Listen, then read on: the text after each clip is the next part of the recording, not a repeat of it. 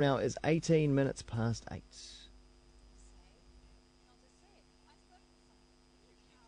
Get out of the car. I think that I did it. It just shows how broken we are. Okay. And how much we really. Oh my God! Help! You're getting a divorce? Yeah. Amy heard you crying in the bathroom. We all thought it was cancer. Oh. Thank God, man. Yeah, just my relationship. Well, that's got to be a good sign if I'm chuckling already. The movie we're looking at is called Crazy Stupid Love. Lena Lamont has seen it. Morning, Lena. Good morning, Wammo. Yeah. That bit was even funny after seeing it in the trailer. That was funny in the film as well. Oh, good. That's a good sign. But let's hope that it's not one of those trailers that gives away all the funny bits and there's nothing else. Not quite, Okay. no. And you know why? I reckon that this is because this film centres around Steve Carell. And I'd love to say love him or hate him. I don't actually know anyone who hates him.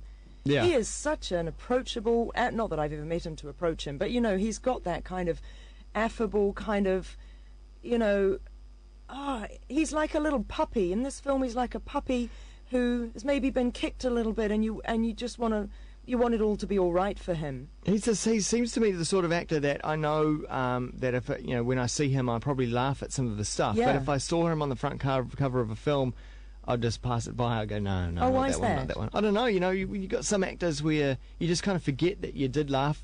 Yeah, right. Well, do you know, I wonder, compared with some of the other comedians that we've spoken about, like, when I talked about The Trip, when you've got Steve Coogan and Rob Brydon, and they're comedians first and foremost, and you jolly well expect to laugh at every moment. Steve Carell, I think, is nice at being an actor, and he plays a character who happens to have a funny way about him. It must be said, and you get this from the very beginning of that trailer, the whole setup is his wife, within the first few seconds of the film, says, don't want to be married to you anymore, let's get a divorce. Right. So, and it's not done so crassly that we're laughing the whole time at this chap's misfortune, and I think that's quite key as well.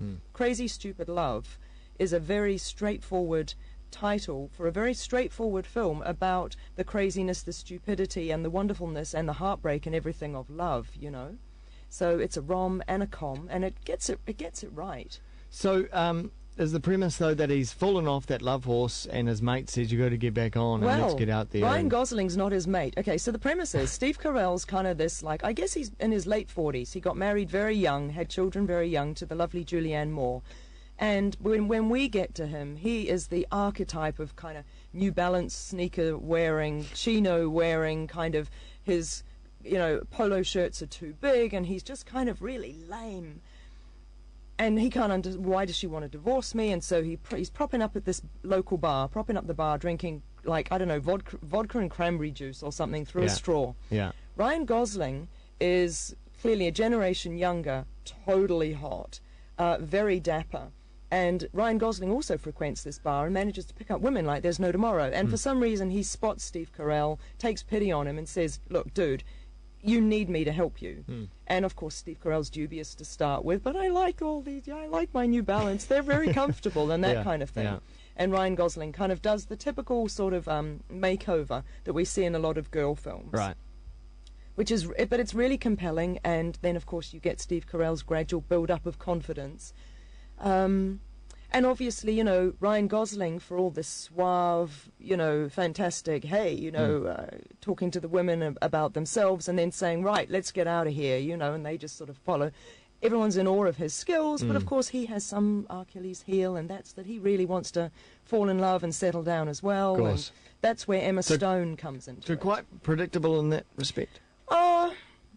I guess so. I don't know. I mean, I didn't watch it going, I know exactly what's going to happen. And I have to be honest, towards like the third act of the film, stuff was unfolding that I didn't see coming at all. And that may be that I'm not overly bright or that I just wasn't looking. Yeah. But I was pleased with how things unfolded. I was just very happily along for the ride.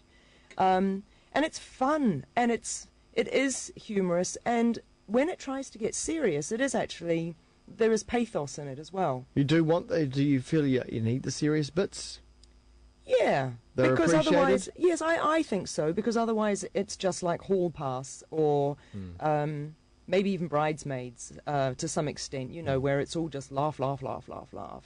And it's not entirely laugh, laugh, laugh. it gets a little bit schmaltzy towards the end. I think inevitably there's got to be like a final real kind of speech and a declaration and stuff like that and da-da-da-da. But, I don't know. Somehow it just kind of works. Okay. Yeah. Crazy Stupid Love. Worth seeing then. Definitely worth seeing. All right. Lena Lamont, you can find her film reviews over at the Sunday Star Times and also at lenalamont.wordpress.com. See you next time. See you. I don't know when you and I stopped being us. You know, when I told you that I had to work late, I really went to see the new Twilight movie by myself. And it was so bad.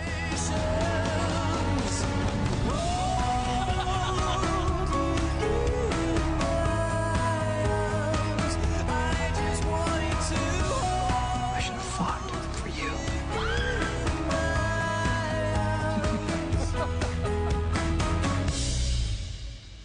Take off your shirt. Why?